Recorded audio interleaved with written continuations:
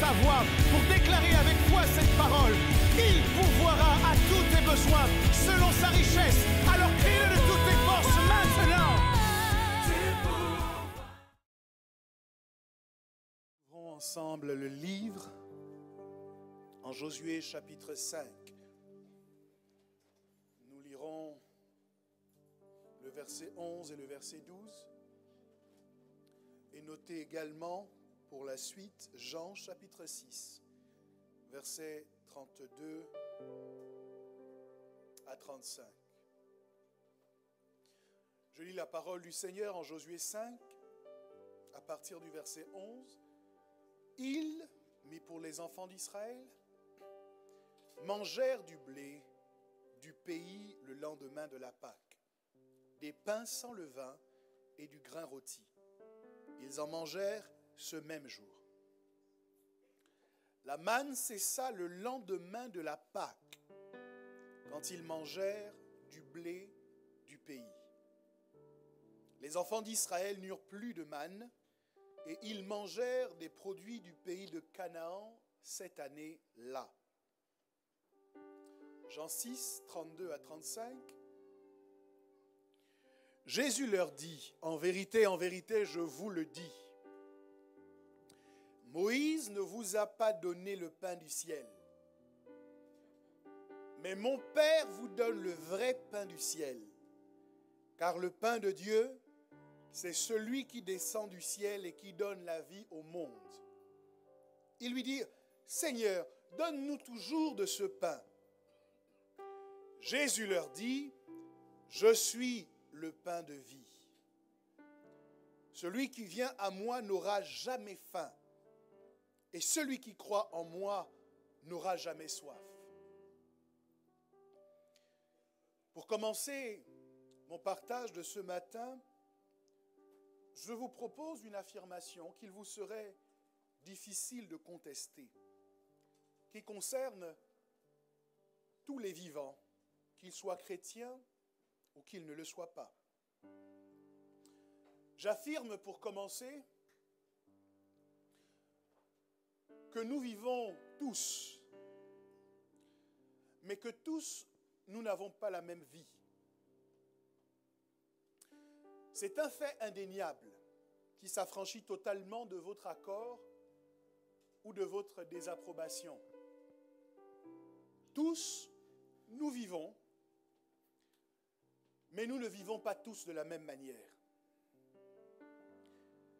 Chaque jour, nous sommes confrontés à des disparités impressionnantes et déconcertantes concernant les styles de vie et les moyens dont disposent les uns, bien souvent et malheureusement au détriment des autres. Pendant que certains aujourd'hui ne savent plus quoi inventer pour s'amuser, ajoutant folie sur folie, d'autres cherchent désespérément à assurer leur subsistance en quémandant un bout de pain tous les matins. Dans la Bible, la parabole du riche et de Lazare nous montre que tous nous vivons, mais nous n'avons certainement pas tous la même vie. Nous foulons le même sol, mais nous ne vivons pas tous les mêmes choses. Le même soleil éclaire nos pas sur la terre des vivants, mais nous ne savons pas nous en protéger tous de la même manière. La même pluie tombe pour nous abreuver tous autant que nous sommes. Nous vivons, mais il est certain que tous, nous ne vivons pas pareillement. Si vous ouvrez les yeux autour de vous, vous verrez beaucoup de gens qui vivent, mais qui ne vivent pas la même vie. Est-ce que ce que je dis a du sens en ce qui vous concerne? Des gens pleurent à côté d'autres personnes qui se réjouissent. Ça se passe tous les jours. Des gens souffrent à proximité de ceux qui jouissent de la vie d'une vie confortable, d'une vie agréable. Cela se passe tous les jours. Il y a des personnes qui manquent de tout et d'autres qui possèdent presque tout. Il peut arriver que vous croisiez le chemin de quelqu'un dont l'apparence donne l'impression de l'insouciance, mais dont la vraie vie vous ferait frémir si vous pouviez imaginer ce que cette personne traverse au quotidien ou de quels événements tragiques son présent est le résultat. Dans un même immeuble, dans une même ville, à une même adresse, sur une même rue, les aliments sont gâchés dans la maison d'à côté quand ils sont regrettés dans l'appartement d'en face. Dans les mêmes entreprises, les carrières se construisent au fil des ans, mais les salaires n'en finissent pas de démontrer que la vie ne se vit pas par tous de la même manière. Voyez-vous, il y a des enfants qui ne se demanderont jamais où et comment ils dormiront quand c'est la question cruciale à laquelle doivent répondre des mineurs esseulés et délaissés par la société. Dites après moi, de sorte que votre voisin l'entende. La vie ne se vit pas par tous de la même manière. Les enfants d'Israël sont une démonstration de ce que je vous explique. Parce qu'ils ont connu, en ce qui les concerne, divers types de vie. Eux qui étaient esclaves en Égypte sont devenus les conquérants de Canaan. N'est-ce pas extraordinaire? D'esclaves à conquérants. N'est-ce pas merveilleux de réaliser ce matin, en penchant notre regard sur leur témoignage, qu'il n'y a pas de fatalité. Bien que nous soyons emmenés à vivre des types de vie différentes, nous ne sommes pas emprisonnés et nous ne sommes pas enfermés dans un type de vie qui ne nous satisfait pas. Certes, ce que nous expérimentons au quotidien laisse à désirer. Quant aux espoirs que nous nourrissons, quant aux rêves que nous souhaitons accomplir, certes, mais il n'y a pas de fatalité. La bonne nouvelle que j'apporte ce matin, c'est que tu peux changer de vie. Quelqu'un ne m'a pas bien compris. Je dis au nom de Jésus que comme les enfants d'Israël sont passés de la dimension d'esclaves à la dimension de conquérants, il y a un homme qui saura m'entendre ce matin et qui pourra lui aussi switcher de la dimension de la pauvreté à la dimension d'une prospérité insolente. Je crois que quelqu'un ne m'entend pas aujourd'hui. Je dis qu'il y a de l'espoir en Jésus pour que celui qui est malade connaisse une santé inexplicable. Je dis que celui qui a connu des problèmes graves est sur le point de devenir une solution pour son entourage. Parce que tu peux changer de vie. Tape dans la main de ton voisin, dis-lui, tu peux changer de vie. Le fait que nous n'ayons pas tous la même vie nous conduit parfois dans une situation de frustration, de jalousie ou de convoitise. Lorsqu'en regardant la vie des autres, nous avons le sentiment qu'ils sont beaucoup plus épanouis que nous. Et lorsque nous regardons notre vie avec attention, nous n'y voyons que les choses qu'il nous manque. D'ailleurs, l'histoire a souvent opposé les gens qui avaient tout et les gens qui manquaient de tout. Mais il y a une autre porte de sortie, une autre façon d'appréhender la vie. Plutôt que que de voir le pauvre s'irriter contre le riche s'irriter contre celui qui est plus heureux que lui, malgré les possessions qu'il n'a pas. Je crois qu'il est possible pour chacun de se dire, si ma vie ne me plaît pas, alors je peux la changer. Plutôt que d'attaquer celui qui a, je peux travailler à changer mon existence. Je dis, tu peux changer de vie. Ce même Dieu qui a emmené les enfants d'Israël à expérimenter la transformation, qui les a transportés dans une autre vie est présent. Et je prie ce matin que pour toi aussi, il fasse de même.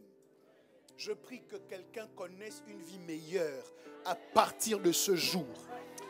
Je prie que par la grâce de mon Dieu, tu deviennes un témoignage qu'il est possible de changer sa vie. Puisses-tu passer du manque à l'abondance au nom de Jésus. Puisses-tu passer des larmes secrètes à une joie parfaite au nom de Jésus. Puisses-tu passer des tristes nouvelles à la bonne nouvelle dans le nom de Jésus.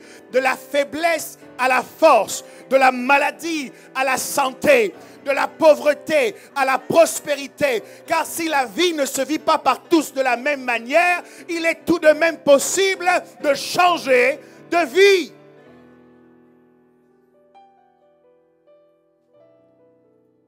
Arrivé à Canaan, ce peuple expérimente un miracle hors du commun. Ils mangent enfin le blé du pays qui leur avait été promis. Les souffrances d'Égypte et la chaleur du désert faisaient maintenant place à un lieu de résidence luxuriant pour ce peuple qui n'avait connu jusqu'ici qu'une vie de nomade après sa délivrance. Les esclaves sont devenus des conquérants.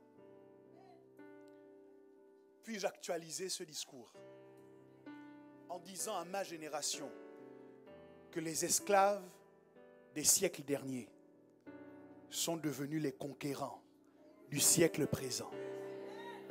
Les chaînes sont tombées. Les chaînes sont tombées.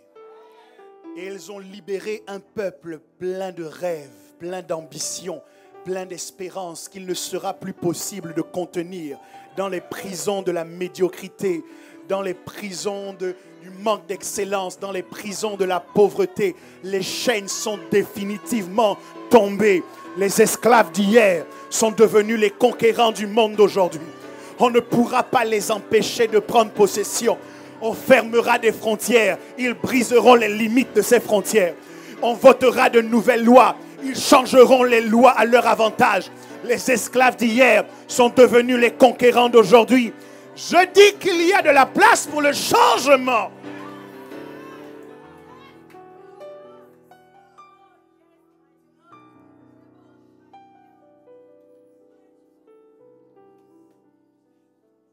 Ce qui peut laisser penser que ce que nous vivons est injuste. Lorsqu'il est confronté à l'histoire du peuple de Dieu, nous emmène à voir les tribulations sous un autre regard. Peut-être qu'en fait, les souffrances que nous avons connues par le passé étaient une préparation à une nouvelle façon de vivre.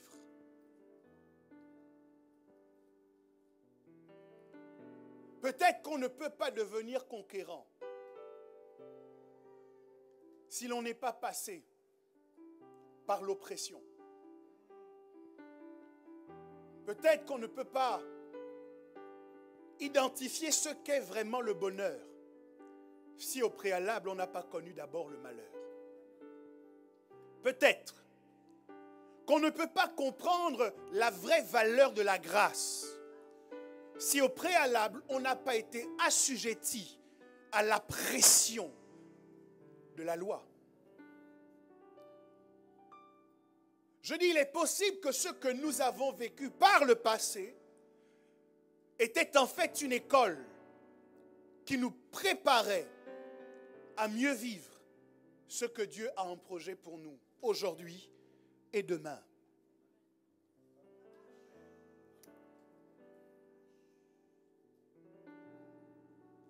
Le texte que nous avons lu en préambule de notre partage nous dit que les enfants d'Israël ont enfin pu manger le blé du pays qui leur avait été promis. Mais avant de manger le blé, il fallait d'abord qu'ils mangent la manne. Ils n'auraient pas pu subsister dans le désert en disant « Je ne mangerai rien d'autre que le blé du pays qui m'a été promis. » Ils seraient morts dans le désert.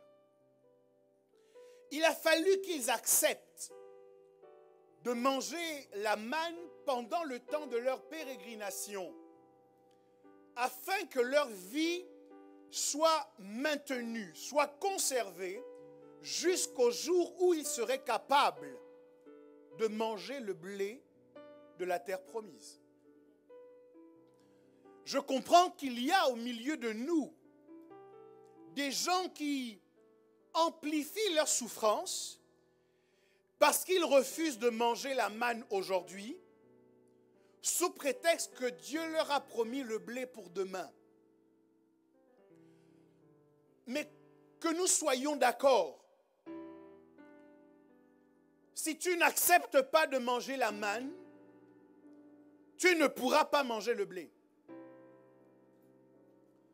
Si tu n'acceptes pas de gérer les situations que tu n'avais pas prévues dans ton parcours aujourd'hui, si tu n'acceptes pas de gérer ton existence avec un budget restreint aujourd'hui, il est possible que tu ne sois pas qualifié pour connaître demain l'abondance à laquelle Dieu t'a prédestiné.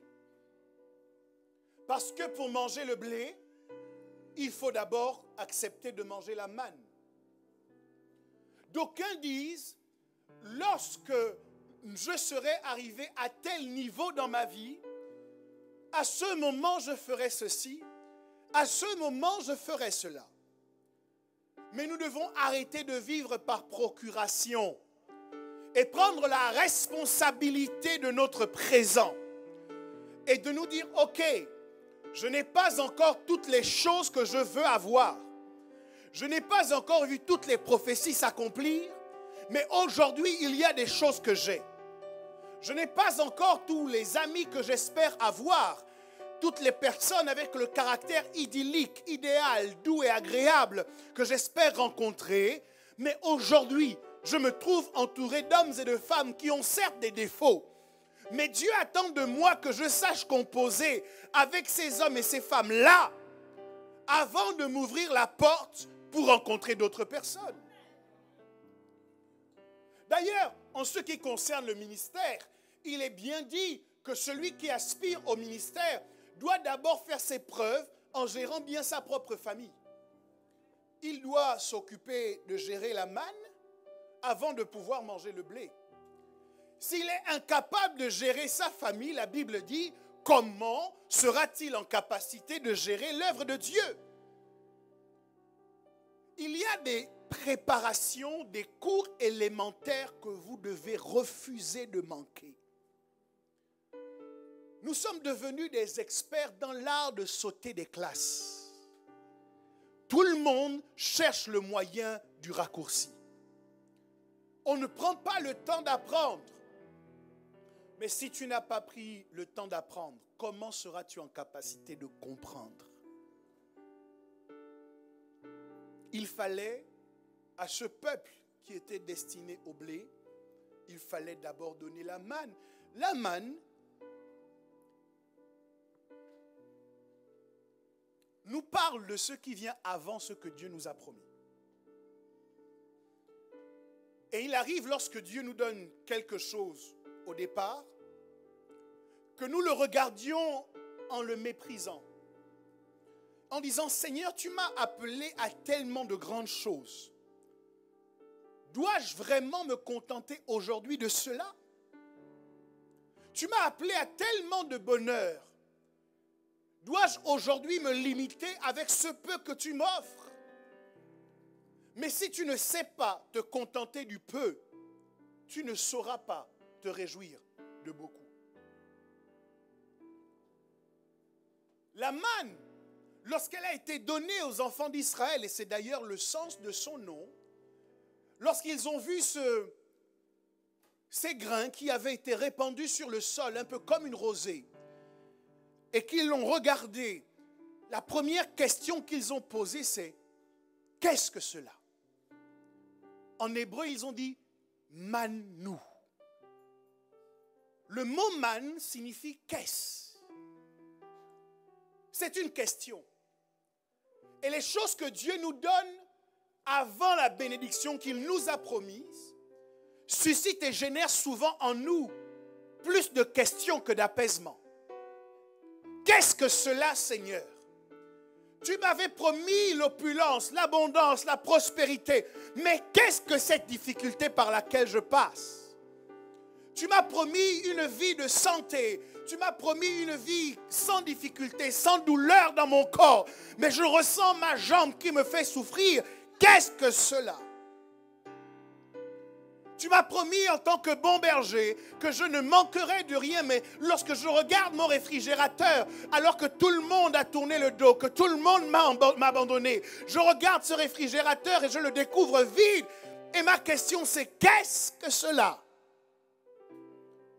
Les choses par lesquelles Dieu nous fait passer avant d'atteindre la bénédiction suscitent en nous des questions.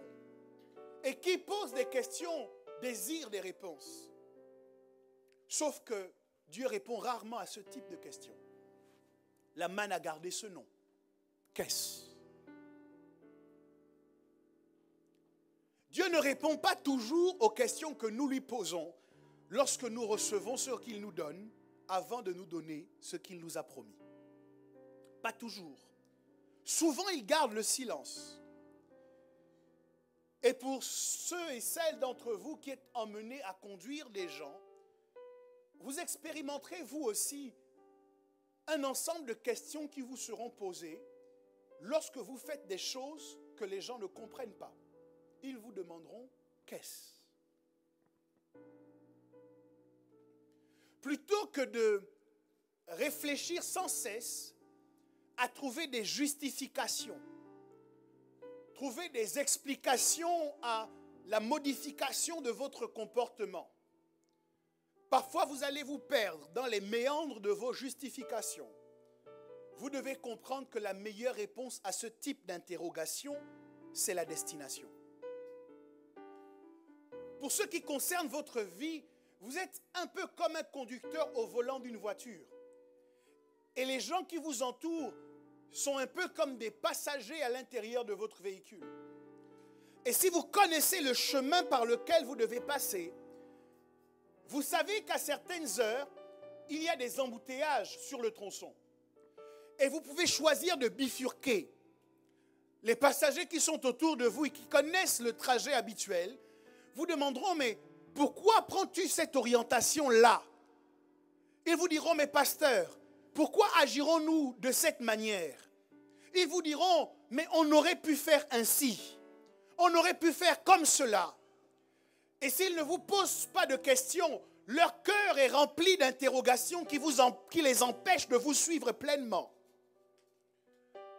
Et si vous vous laissez piéger, vous allez prendre le temps d'essayer d'expliquer à chacun, nous prenons cette orientation pour telle ou pour telle autre raison. Mais Dieu nous enseigne au sujet de l'histoire de la manne qu'on ne répond pas à ce genre de questions. Ou plutôt, la meilleure réponse, c'est la destination. J'aimerais que tu acceptes de dire parfois à ceux qui te questionnent sur ton changement de vie, attendez de voir où j'arrive. Et vous comprendrez pourquoi j'ai agi de la sorte.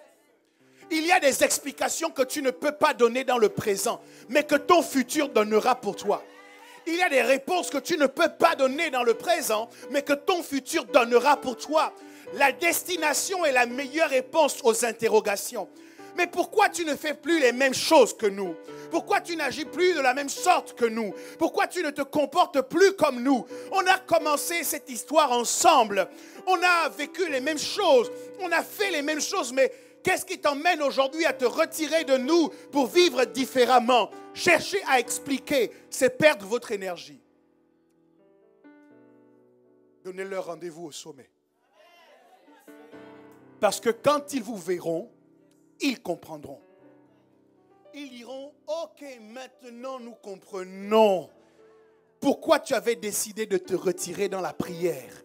Nous comprenons pourquoi tu as choisi de t'isoler sur la montagne. Nous comprenons pourquoi tu jeûnes tout le temps. Nous comprenons pourquoi tu passes ton temps à lire ta Bible. Nous comprenons parce que nous voyons la transformation dont ta vie a fait l'objet. Nous savons que tu es parti d'un point A à un point B. Nous constatons la différence qu'il y a maintenant entre nous et toi.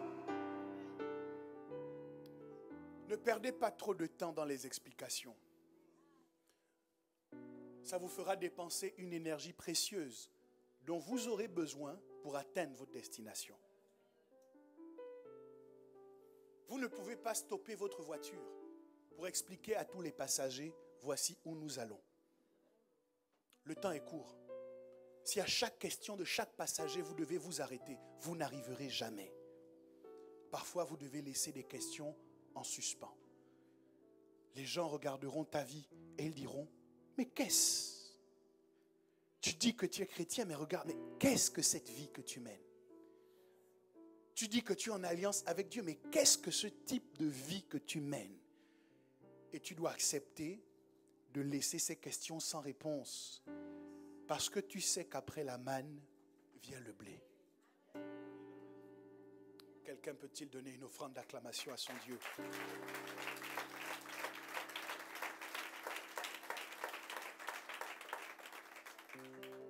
Mais la manne est aussi l'image d'une nourriture céleste.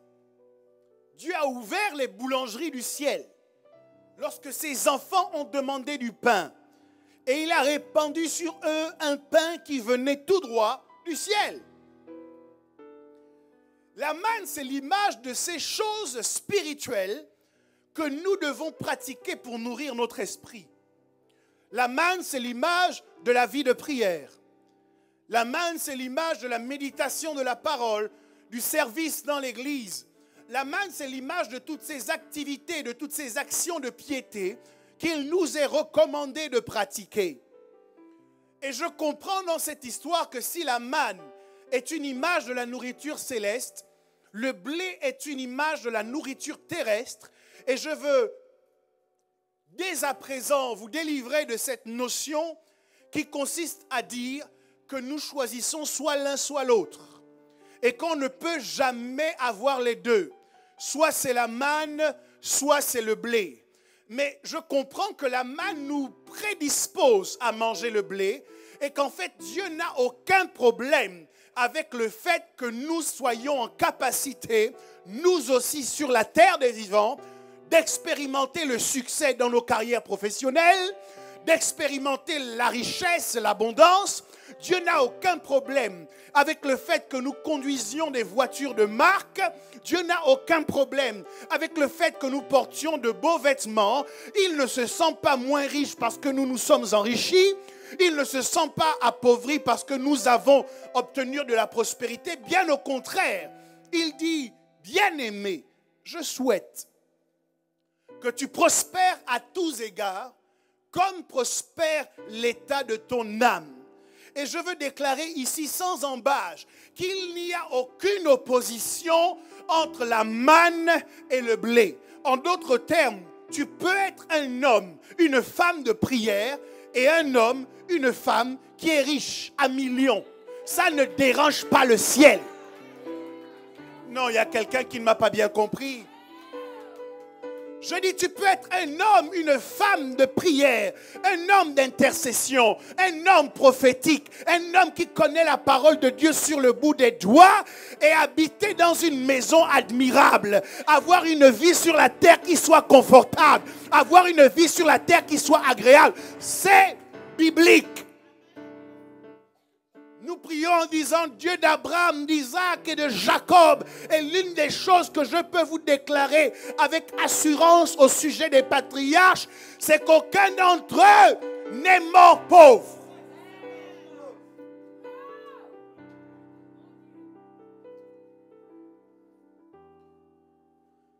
Certains disent, oui, je sais, les non-chrétiens ont l'argent.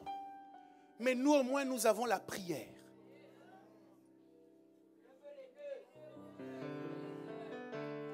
Oui, certainement, les païens sont épanouis dans cette vie terrestre. Mais souvenez-vous de la parabole du riche et Lazare. Même si nous souffrons sur la terre, nous serons... Ris avec moi un peu. Nous serons consolés lorsque nous irons au ciel. Mais est-ce que je peux choquer quelqu'un pour dire qu'il y a des choses sur la terre que nous ne retrouverons pas au ciel? Au ciel, tu ne connaîtras pas le plaisir de monter dans une grosse cylindrée et d'appuyer sur le champignon avec le sentiment de glisser sur l'autoroute. Parce qu'au ciel, il n'y a pas de BMW. Si tu veux conduire une BMW, ça doit se faire sur la...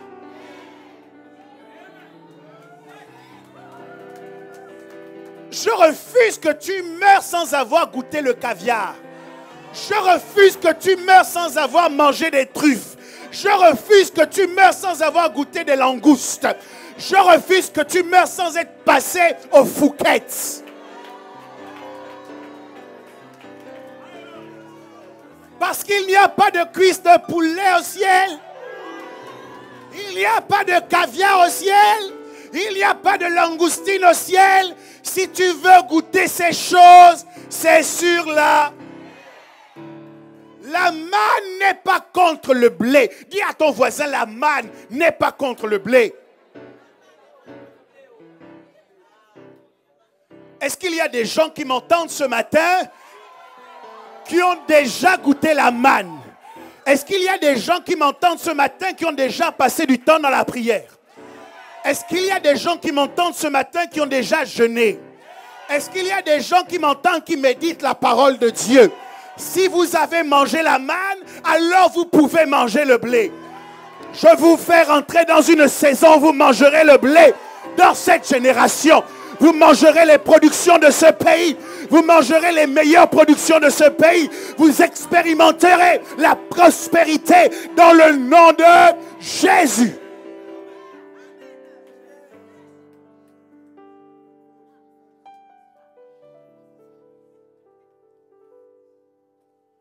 On a du mal à départager ces deux notions. Et on rencontre souvent des gens qui sont nécessairement dans les extrêmes. Certains arrivent aux confins du désert.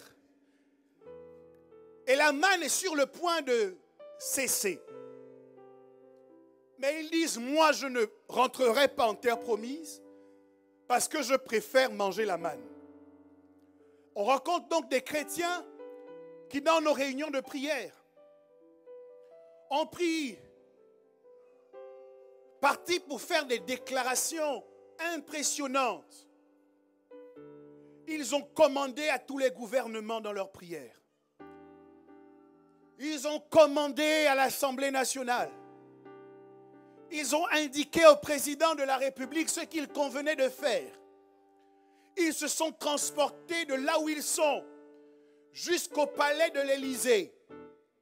Et ils ont pris des décrets qui seront appliqués dans cette nation.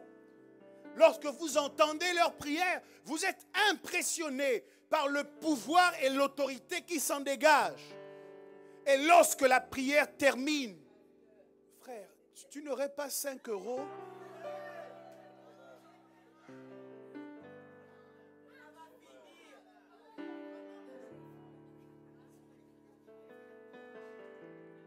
Après avoir commandé les présidents,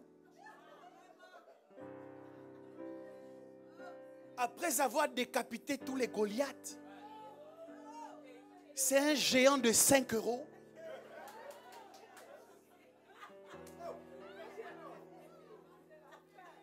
Et dans certains milieux, on trouve cela très spirituel. A contrario, il y a des gens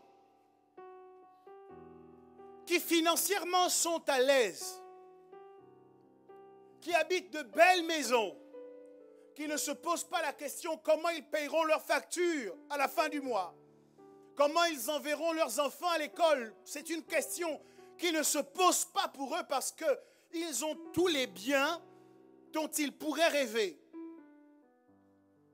Malheureusement, ils sont totalement éloignés de la volonté et de la personne de Dieu. Il doit y avoir aujourd'hui une réconciliation entre la manne et le blé, entre la spiritualité et la prospérité. C'est nous les êtres humains qui avons opposé les deux. Mais je vous l'ai dit, en ce qui concerne Dieu, en fait, il est difficile d'être spirituel sans être prospère. Parce qu'il dit, je souhaite que tu prospères à tous égards, comme prospère l'état de ton âme. En d'autres termes, si ton homme intérieur connaît la prospérité, alors tous les éléments extérieurs doivent eux aussi connaître la prospérité. Est-ce que je parle à quelqu'un ce matin?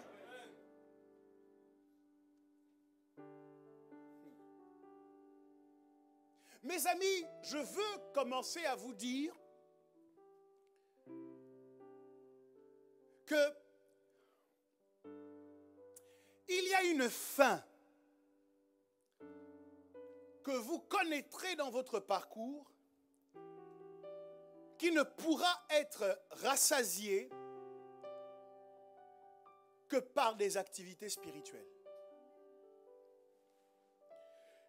Jean chapitre 4, Jésus dit à ses disciples, j'ai faim.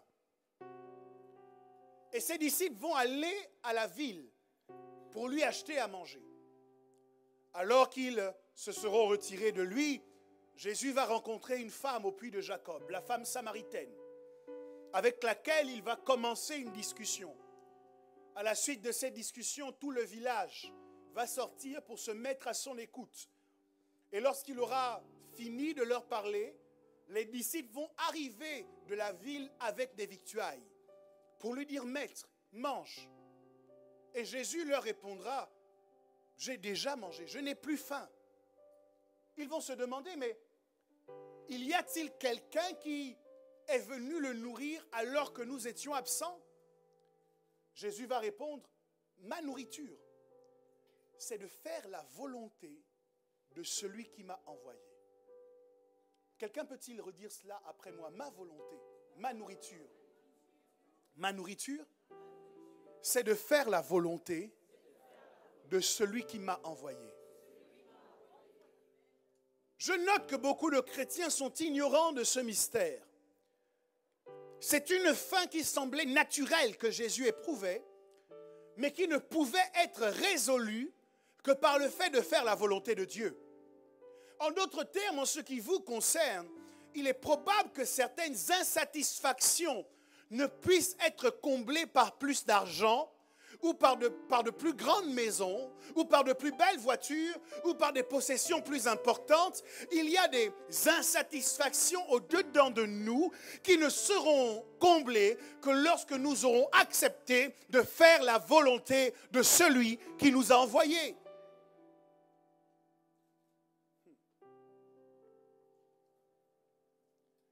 J'ai bien aimé d'ailleurs cette histoire parce que je découvre qu'il y a des besoins que Dieu nous fait éprouver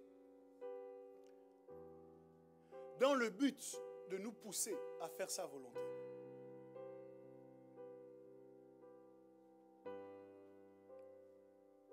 Bref,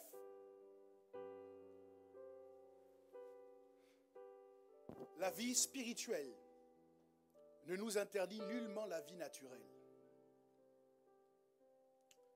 Ce n'est pas parce que cet homme aime prier qu'il ne doit jamais prendre de temps pour jouer avec ses enfants. la manne n'est pas contre le blé. Ce n'est pas parce que cette femme sert à l'église qu'elle doit délaisser son foyer, ses enfants, son mari. Parce que la manne n'est pas contre le blé. La richesse, le succès terrestre, l'abondance, l'opulence ne dérangent pas Dieu et au contraire, ils peuvent servir ses intérêts. Ce n'est pas parce que tu es un homme très spirituel que tu ne peux pas dire de temps en temps à ta femme, chérie, je t'aime.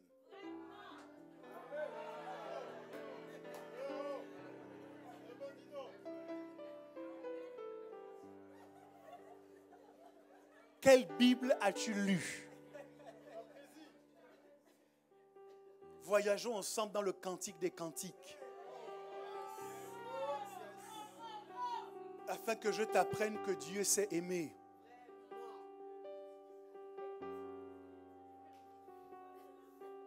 Ce n'est pas sous prétexte que tu es sur la montagne que tu oublies que tu es un mari. La manne n'est pas contre le blé. En revanche, ce qui est certain, c'est que la manne vient avant le blé. Le grand problème que nous posons ici ne peut être résolu pour nous en tant que chrétiens que dans la façon dont nous définissons nos priorités. La manne vient avant le blé. En d'autres termes, pour nous qui sommes enfants de Dieu, le spirituel doit toujours venir avant le matériel. Le spirituel doit toujours venir avant le matériel. Trop d'enfants de Dieu se sont perdus parce qu'ils n'ont pas su que la priorité devait toujours être donnée au service que l'on rend à Dieu. La priorité doit toujours être donnée au temps de prière, à notre temps de rencontre avec le Seigneur. La priorité doit toujours être donnée à la dîme que nous devons payer. Au sujet de la dîme, qu'il me soit permis de vous dire ceci. Dieu n'attend pas de nous les derniers 10%. Lorsque nous avons reçu notre salaire et que nous avons payé tout ce que nous pouvions payer, nous disons à Dieu, dans le reste, voici ce que je t'apporte. Non. La dîme, ce sont les premiers 10%. Avant de te servir toi-même, avant de servir ton bailleur, avant de servir tes créanciers, le premier que tu dois servir, c'est Dieu. La dîme, c'est les premiers 10%. Le spirituel vient toujours avant le matériel. Et nous devons, en tant qu'enfants de Dieu, résoudre définitivement cette question. Qu'il n'y ait plus de confusion dans notre cœur. Lorsqu'il y a deux programmes qui nous sont présentés, le programme qui doit systématiquement récolter notre adhésion, c'est un programme qui concerne l'œuvre de Dieu. Je ne peux pas frustrer Dieu de ma présence, de mon temps, de mes compétences, parce que je me suis moi-même organisé un programme avec mes amis. J'ai le temps de donner ensuite à mes amis ce qui leur revient, mais en priorité, c'est Dieu qui doit pouvoir se servir de moi parce que je lui appartiens. Le spirituel vient toujours avant le matériel. Est-ce que je parle à quelqu'un ce matin? Il serait bon que nous remettions les choses dans leur contexte, que nous remettions les choses en ordre, parce que je vous surprendrai peut-être en vous faisant remarquer que l'une des raisons pour lesquelles Dieu ne nous donne pas le matériel, c'est parce qu'il regarde notre cœur et qu'il voit qu'il n'y est pas encore établi clairement que le spirituel doit venir avant le matériel. Dieu peut-il te faire confiance avec la bénédiction que tu lui demandes? Dieu peut-il te faire confiance avec le mariage que tu lui réclames? Dieu peut-il te faire confiance avec l'argent que tu attends de lui? Dieu te verra-t-il toujours autant à son service lorsqu'il aura solutionné ton besoin matériel? Dis avec moi le spirituel vient avant le matériel. La manne a finalement cessé. Et les enfants d'Israël ont pu manger le blé et les productions du pays. Et je pensais que l'histoire de la manne s'arrêtait là. Mais dans les évangiles, particulièrement celui selon Jean, Jésus vient nous expliquer que la manne que les enfants d'Israël avaient mangée n'était pas vraiment le pain du ciel. Qu'elle était en fait une image, une préfiguration du vrai pain qui devait descendre du ciel. Et ce vrai pain du ciel, c'est Jésus-Christ lui-même. Mon problème, c'est que les enfants d'Israël, lorsque la manne a cessé, ont choisi de manger le blé. Et donc, ils ne mangeaient plus la manne. Comment le faire? La manne avait cessé. Certains d'entre nous, dans notre parcours avec Dieu, nous arrivons à des moments où la manne cesse, où Dieu ne nous parle plus de la même manière, où Dieu ne se révèle plus à nous comme auparavant. Avant, certains d'entre vous, lorsque vous ouvriez la bouche pour prier, vous ressentiez immédiatement la présence de Dieu en face de vous. D'autres, lorsque vous éleviez la voix pour chanter, vous saviez que Dieu était là. Certains, en ouvrant leur Bible, avaient le sentiment que des écailles tombaient de leurs yeux et que les textes étaient révélés par le Saint-Esprit à leur entendement. Et dans notre parcours de chrétien, il arrive des phases. Est-ce que je peux vous en parler? Il arrive des phases où le mode de fonctionnement que nous avions avec Dieu est appelé à changer. Des phases où le temps de prière que nous prenions avant ne nous permet plus de prendre aussi bien conscience de la présence de notre Dieu. Des phases où les moments d'adoration que nous faisons ne nous permettent plus de ressentir avec autant d'assurance la présence de Dieu. Les enfants d'Israël avaient connu Dieu au travers la manne, mais lorsque la manne a cessé et qu'ils ont commencé à manger le blé, ils ne se sont pas posé d'autres questions au sujet de la manière dont Dieu allait les nourrir spirituellement. Et c'était là leur erreur. L'une des choses que Jésus dira au sujet de la manne et de ce qui fait la distinction entre la manne telle que les enfants d'Israël l'ont connue dans le désert et lui en tant que pain du ciel, il dit « Je suis le pain de vie.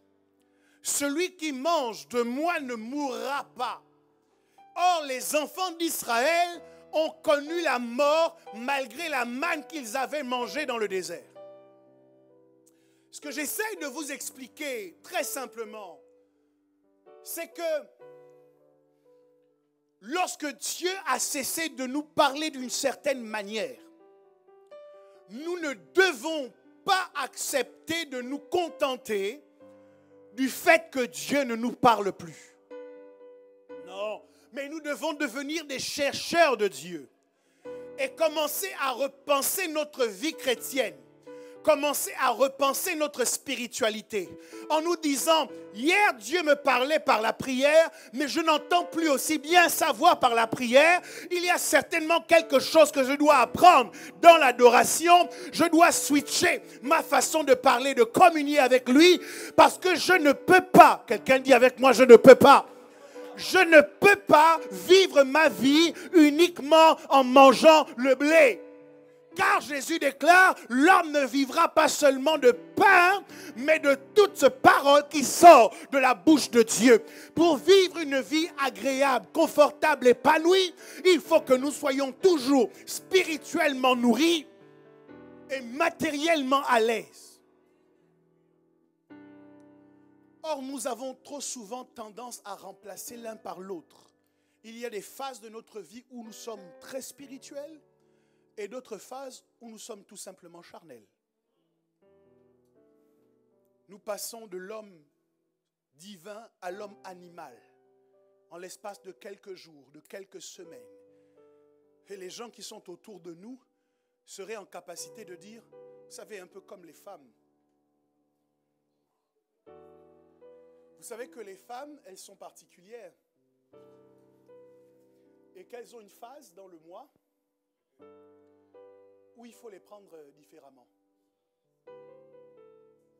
Ce que vous avez l'habitude de faire, qui passe crème, sans que ça ne crée de scandale, à certains moments dans le mois, peut devenir extrêmement agaçant.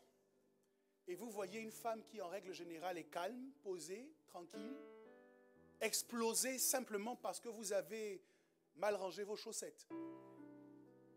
Mais lorsque vous voyez que ça arrive, sans être prophète, vous pouvez savoir qu'à ce moment, elle est dans une période critique.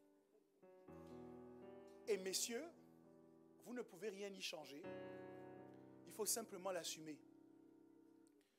Et entendre ce signal en vous, c'est la période. Ça se représente chaque mois.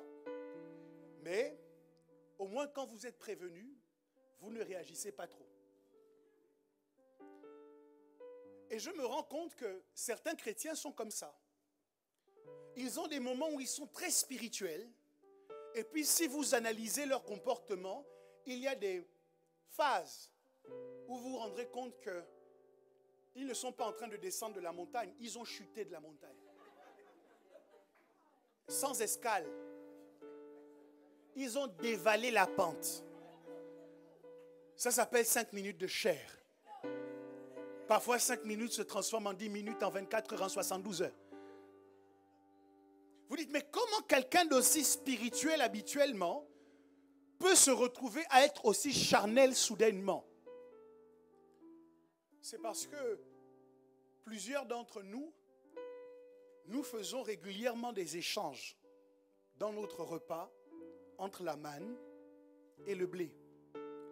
Et quand Dieu ne nous parle plus d'une certaine manière, plutôt que de nous mettre à la recherche de l'autre façon dont Dieu est en train de parler, nous nous contentons de manger le blé.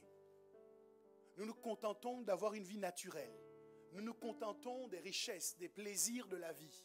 Nous nous contentons des loisirs. Nous nous contentons de la télévision. Nous nous contentons de toutes ces choses-là qui ne sont pas mauvaises en soi, mais qui ne nous permettent pas d'être aussi équilibrés que nous le devrions. Les enfants d'Israël ont assumé le fait que la manne avait cessé et ils sont morts. Mais Jésus arrive à nous. Et il nous dit ce matin, le pain de vie, c'est moi. Celui qui mange de ma chair et qui boit de mon sang ne mourra pas. Sa spiritualité n'aura pas de raison de dévaler la colline. C'est quelqu'un qui pourra rester de façon constante, équilibrée dans sa vie chrétienne. C'est quelqu'un qui pourra rester spirituel. C'est quelqu'un qui aura un caractère qui manifeste le fruit de l'esprit. Le problème de certains d'entre vous, mes amis, c'est que vous avez accepté que la manne s'arrête dans votre vie. Certes, vous ne ressentez plus la présence de Dieu de la même manière qu'avant. Mais c'est une invitation que Dieu vous lance en vous disant « Cherche-moi encore ». Il a simplement changé d'endroit. Et il attend de voir si vous êtes tellement attaché à lui que vous lui direz « Seigneur, je ne peux pas vivre sans toi. Ta présence est mon paradis. Où es-tu? Laisse-moi te trouver. Et si j'ai prié que je ne t'ai pas trouvé dans la prière, alors je veux adorer et je sais que je te trouverai dans l'adoration. Si je ne te trouve pas dans l'adoration, alors laisse-moi te louer et certainement je te trouverai dans la louange. » Et si dans la louange je ne t'ai pas trouvé, alors je veux ouvrir ma Bible et entendre le son de ta voix à travers ta parole. Il y a des gens ici qui doivent délibérément choisir, résolument, d'être des chercheurs invétérés du seul vrai Dieu. Des gens qui doivent décider de ne jamais s'arrêter de le chercher. Lorsque tu as l'impression qu'il a bougé, bouge avec lui. Parce que ta vie, c'est lui. Christ est ma vie. La Bible dit qu'en lui, nous avons le mouvement et l'être. Que vas-tu faire de cet argent si tu n'as plus Dieu? Que vas-tu faire de cette maison si c'est sans Dieu? Que vas-tu faire de ces enfants, de cette famille si c'est sans Dieu? Tu as besoin de Dieu. Ce que j'essaye de te dire, c'est qu'avant le blé, il y a la manne. Pendant le blé, il y a la manne. Après le blé, il doit y avoir la manne. La manne doit t'accompagner continuellement, quel que soit le niveau de ta prospérité. Tu dois toujours te mettre à la recherche de Dieu. Refusons ensemble, mes amis, de nous retrouver loin de lui. Vous savez de quoi je parle. Ces moments où vous vous sentez de plus en plus insensible au culte que vous lui rendez, au service que vous faites pour lui. J'essaie de vous dire que ce n'est pas un état des choses normales.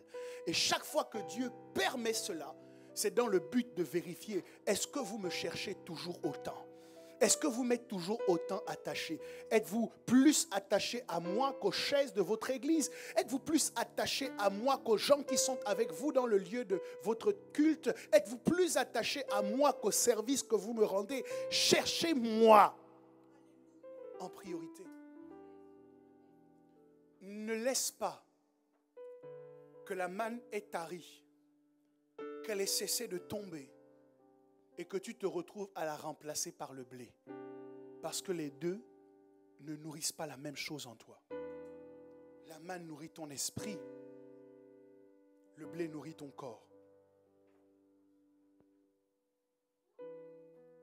Le moyen que nous pouvons saisir pour changer de vie, c'est de manger le pain de vie. Le moyen que nous pouvons saisir pour voir notre vie transformée, c'est de manger le pain de vie. Ce Jésus qui est descendu du ciel et qui s'est donné pour nous, pour le pardon de nos péchés, est venu pour nous donner accès à une nouvelle vie. Avec Christ, c'est possible de vivre différemment. Avec Christ, c'est possible de conjurer le sort de la chair. Avec Christ, c'est possible de briser le cycle de la malédiction ou des hauts et des bas dans notre vie spirituelle.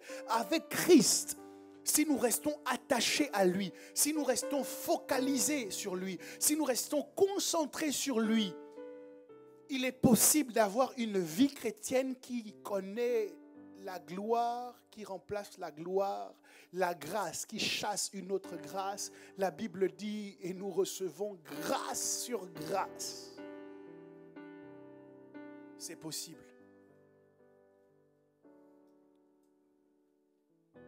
J'espère que les paroles que je prononce ce matin sont suffisamment claires pour chacun d'entre vous. Pas de place pour l'insensibilité. Pas de place pour la distance et le fossé qui se creuse entre Dieu et nous.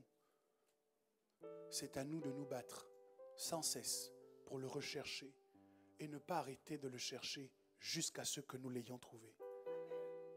Il nous a fait la promesse de se laisser trouver par celles et ceux qui le cherchent. Alors cherchons-le encore ce matin. Pouvons-nous nous incliner dans la prière en prenant la position? Providence,